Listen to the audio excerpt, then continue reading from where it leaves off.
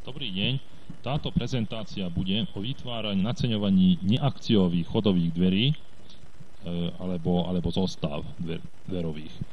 Takže ak potrebujeme urobiť nejaký typ neakciových chodových dverí, tak to nejdeme cez katalóg, ale ideme cez konfigurátor. Takisto urobíme, aj keď potrebujeme naceniť nejaký podobný typ, ako máme aj v akciových dverách, ale v inej farbe.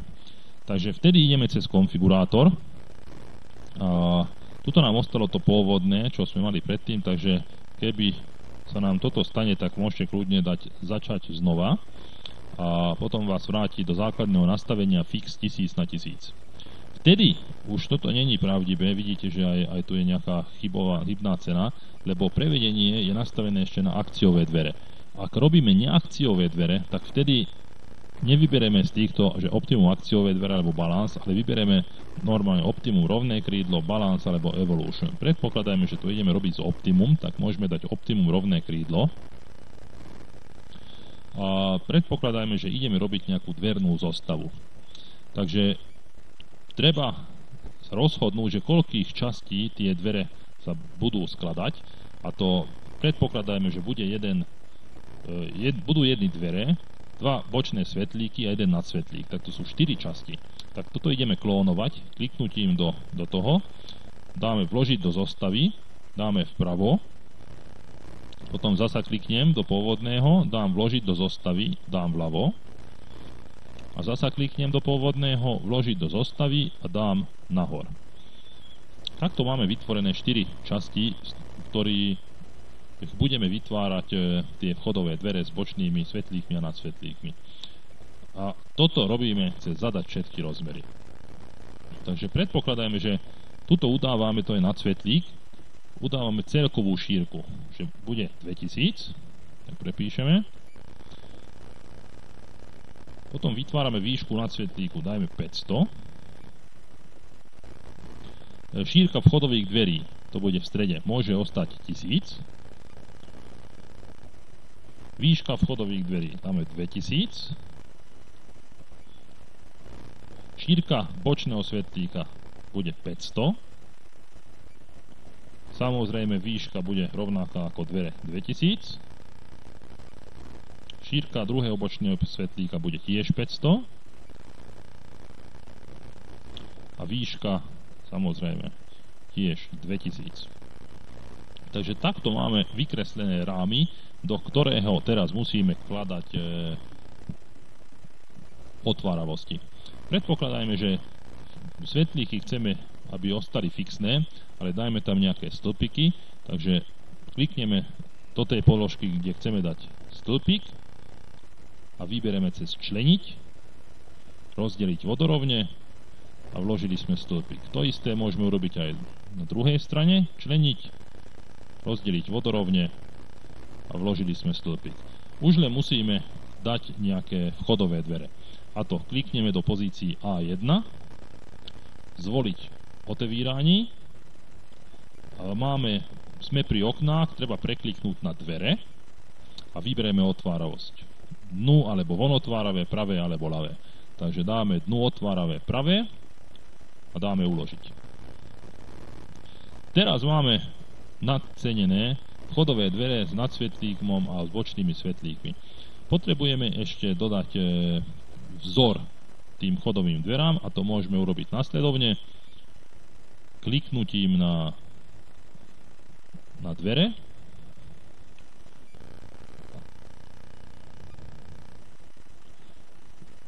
z tejto pozície už akciové dvere nevieme vložiť, takže musíme to vykresliť, ale to už aj cena bude iná, takže nebude to rovnaké s akciovými dverami. Takže dáme členiť a dáme podobný vzor, že rozdelíme to ešte stĺpikom takto ako aj bočné svetlíky. Po prípade, ak tie bočné svetlíky chceme meniť, posúvať hore alebo dole, tak cez zadať všetky rozmery, ako sme tu už ukazovali, sa dá. Alebo ešte jeden aj takto zvisle. Takže momentálne dvere aj s bočnými svetlíkmi sú urobené. Čo je ešte možné, tak môžeme také urobiť, že napríklad dáme do spodných častí PVC, to sa robí pri výplň lomeno sklo, momentálne vidíme, že všade je sklo, tak klikneme na modré tlačítko, dáme štadúr, dáme 24 mm PVC, editace umiestnení a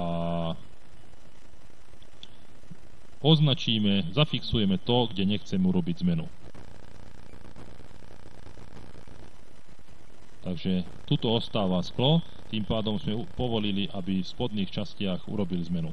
Dáme potvrdiť umiestnení, dáme uložiť a môžeme odkontrolovať, že v pozícii A2, B2, C2 urobili zmenu na 24 mm štadúr biely. V ostatných pozíciách ostalo sklo.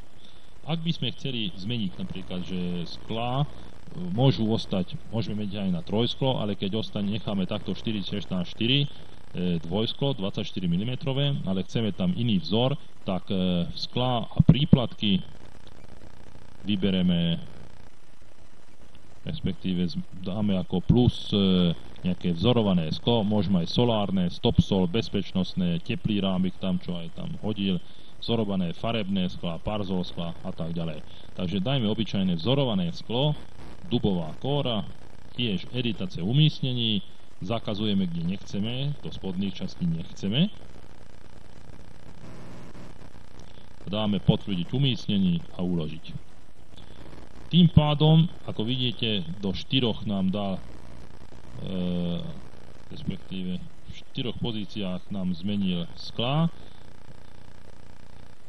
C1, D1, A1, A3 a B1. Proste A1, A3 tuto bral ako jeden celok. A teplý rámik nechceme do tých skier, takže tie teplé rámiky to môžeme odkliknúť, vymazať, ostane nám len sklo, dubová kóra. Takže momentálne máme aj dubovú kóru nastavenú. Môžeme ešte odkontrolovať to, že spojovacie profily, aké sú, vidíte, príplatky profilu 14420 všade 3-krát, takže tuto na obidvoch stranách dverí a nad tými. To sú spojovacie profily štandardne nastavené. Ak chceme zmeniť, nejak zosilniť na silnejší, tak klikneme na ten daný spojovací profil. Potom klikneme, že ktoré chceme zmeniť a vybereme iné. Dajme tomu nejaký štatický spoj. Ak dobre je, tak toto 14660 a vložíme to tam. Dáme uložiť. Tým pádom ten jeden spoj nám menil. To isté musíme urobiť aj v ostatných prípadoch. Ak to chceme zmeniť, ak nie, tak ostane obyčajný H-spoj. Vidíme, že zmenil aj cenu, takže je to takto menené. Po prípade, ak potrebujeme toto zafarbiť na inú farbu, tak môžeme cez farbu, napríklad obojstranná farba, zlatý dub, tak nám to prehodilo.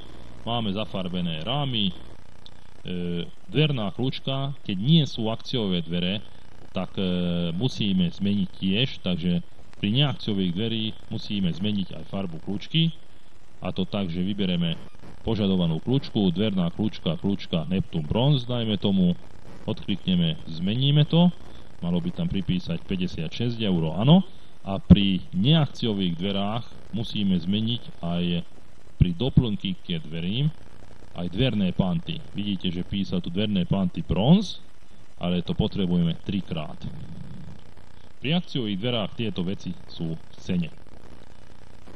A posledná vec, čo pri zmene farbe musíme urobiť, je to, že musíme zmeniť, vidíte, ostal nám tu štadúr biely 24 mm, takže musíme aj to zmeniť. Pri štadúr vybereme štadúr 24 mm obojstranná farba PVC alebo HPL, meníme to, editace umiestnení, kde to chceme zmeniť. Takže zablokujeme hore, kde nechceme vykonať tú zmenu, dáme uložiť a vidíme, že teraz je zmenené aj to, takže máme nacenené kompletne farebné dvere. Po prípade pri sklá a príplatky môžeme ešte zmeniť farebnú dubovú kóru, ak potrebujeme, ale ináč všetko je v poriadku.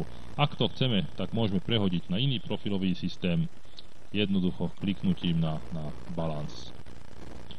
A vidíme, že nám to prehodil aj cenovo Takže tak, ďakujem pekne za pozornosť.